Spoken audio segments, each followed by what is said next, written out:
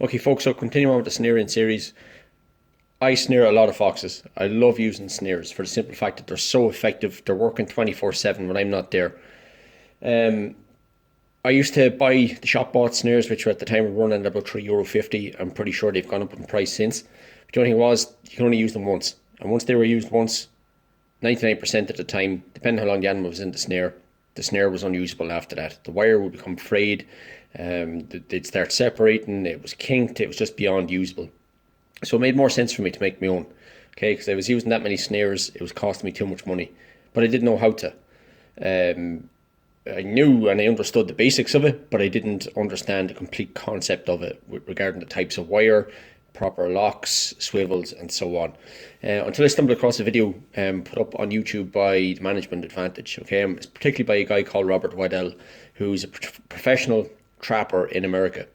And he put up a fantastic video, which I'm going to put a link to in this video, about snaring and making snares. Effectively, once you have the snare, you've used it, you have the main components of it there. So you have the lock, you have the swivel. So why not reuse them? All you really need is the wire, a stop, a support collar. Again, I'm not one for plagiarizing videos.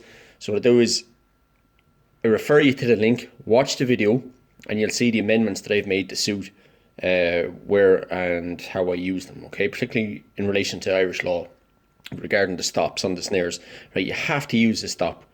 Okay, I'll give you a classic example where snares have with stops have done the purpose. Okay, we have 150 free range hens here. We have 30 free range ducks. I have had instances where I have caught hens. For some reason, our rooster loves going through them. I've caught them multiple times. I've caught ducks multiple times. And if it wasn't for the stop on the snare, all right, effectively he was dead. Okay, so particularly if you get a non-target catch, that's where the stop is going to be really, really effective. I use two different types of wire. Okay, I use a 1x19 stainless steel, and I use 7x7. What's the difference? Well, 7x7 is 7 strands of cable wrapped around itself 7 times. Okay, so you have 7 individual cables with 7 strands of wire. The 1x19, so you have 19 cables of wire wrapped around itself once, if that makes sense. I hope I'm not overcomplicating it. I have micro lock, okay, and all I use for end stops are annealed nuts. So heat them up cherry red when you get them from the hardware store, right? Because if you don't and you go to use them on the end of your wire, they'll split on the sides, or they just act like a little chisel and cut into the wire. For my snare support collar, to support it over the trail, what I do is I get 2mm, it's like a rubber tubing, and it's tight. It's tight on the cable, but not tight to restrict the movement on it. I use the 2.5mm galvanized wire that I use for making my rabbit tealers, the snare tealers, to support it. I push it in over it, and that'll hold it, and I can position that perfectly over the run that I want to cover. Okay, the swivels, they're homemade.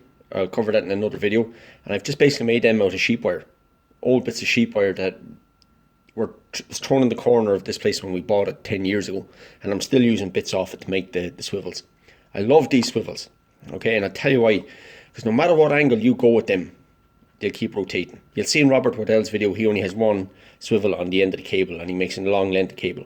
That's fair enough. Okay, I like to use the 2 swivels. If one for one reason stops functioning, well, then I still have the second swivel that can pivot with the wire. Okay, I have 2 washers between the end stop, which again is just an anneal nut, and the wire's just threaded through the swivel. I'll cover the swivel making in another video. And the end of the cable then, all I have is a simple loop. Okay, your typical shop bought snare will just finish off something like that, and you'll have the little plate with 2 holes in it. This I prefer because I can thread the snare back through it, loop it onto either a fence wire, onto a fence post, or I can put a U-nail into a tree trunk or a U-nail into a fence post, and then just continuously use it. So U-nail, fence post, nice big strong heavy thick key ring, put it into it, loop that onto it, and I can use that run multiple times. Load the snares up, they make them for lightning fast closure. Again, Robert Waddell covers all this. I know I keep saying it, but I'm not going to plagiarize the material and take credit for his work. Okay, so I'll link it, watch it, come back, and then see the amendments that I've made, which aren't a hell of a lot. Waddell's, he uses just a one piece wire, a lot longer, one swivel. All I use is two pieces of wire. A ferrule on the end, okay, 2mm ferrule. You don't need to use it. Again, you will get away with your standard nut, annealed, flattening on it. I just happen there to use it. So you've already bought a shop bought snare, okay? So utilize the parts over and over again. Particularly the lock can be used probably countless times. The swivels on the shop bought snares, I don't like them. So I make my own ones, and I'll show you how to do that in a future video. Make sure you adhere to the distance for the stops. They're there for a reason, and trust me, they work well. Right, why do I use the two different types of cable? Okay, the 7x7, it's grand, it's nice, it's flexible, covers will run well. The 1x19 gives a more round covering of the actual trail itself. Loaded snares, I knew nothing about loaded snares until I watched that Robert Waddell link. So watch it and you'll understand it. You'll see how fast the snare actually wants to jump shut as soon as contact is made to it. Now you can still load a shop bought snare, okay, and once you see how that snare operates, once it's loaded and loaded correctly, okay, so pay particular attention if you do have shop bought snares. If you have a few of them about and you want to load them, pay particular attention to what he's saying about how much tension you need to use on it, okay, because you can overload the snare where the wire then just becomes completely coiled and that's no good to you. So start off light, like very, very light, very gentle. You can always put in a little bit more tension, all right, but you won't be able to go back and undo the tension that you put into it. So pay particular attention to that and watch it, learn from it, and stop paying ridiculous money for over-the-top snares, okay, that you buy in a shop. You can make your own. All this wire here, okay, I got the wire off eBay, the 1x19. The 7x7, you can get off foxsnare.co.uk. The locks, you can get off foxsnare.co.uk. Same for the washers. The nuts you can buy in any hardware shop. You can buy the washers as well if you want. The swivels, I will show you how to make them in the next video, okay? The deer stops, they are just the small little nuts that I use on my rabbit snares as well. Any questions, feel free to hit me up on them. What do I do once I have my snare made? I boil them up, or else I'll hang them outside on the edge of the barn for 2 weeks, let them weather a small bit. I do spray paint them. Yes, I do spray paint them green or black or brown or whatever it is. But once I have them spray painted, I hang them outside. I don't use them for roughly about a month. And that's not a hard and fast rule. It's just that I make a batch of them. I'll spray them. I'll leave them outside.